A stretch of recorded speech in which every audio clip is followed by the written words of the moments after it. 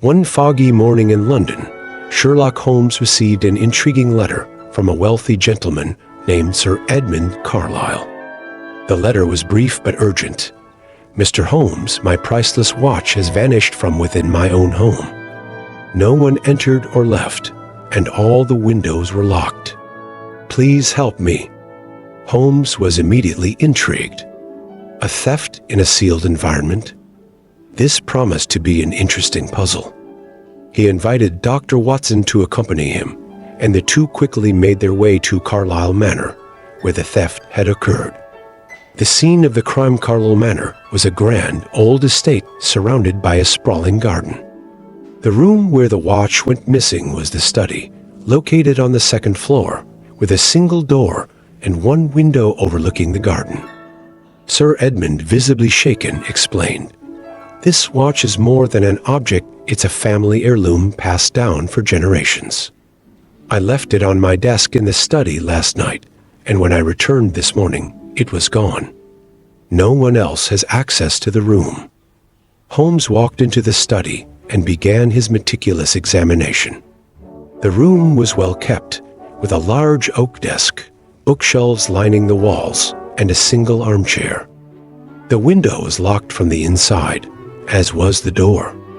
Holmes begins his investigation with a word. Holmes knelt by the desk. He examined the surface with his magnifying glass, then sniffed the air. "There's a faint scent of cigar smoke here, yet Sir Edmund doesn't smoke. Interesting." He moved to the window and carefully inspected the latch. "No sign of tampering," he murmured, "but the dust on the sill has been disturbed." "Watson, do you notice anything odd about the garden below?" Dr. Watson peered out.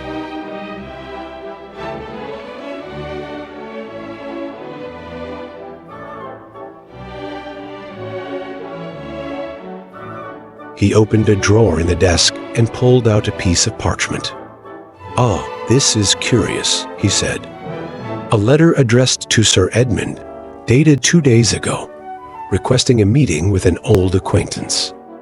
It seems our case is not as isolated as it appears."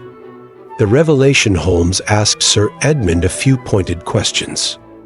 "Does anyone else in the house have a key to the study?" "No," Sir Edmund replied, "but my nephew Robert stayed over last night. He's the only other person who could have been near the study." Holmes nodded.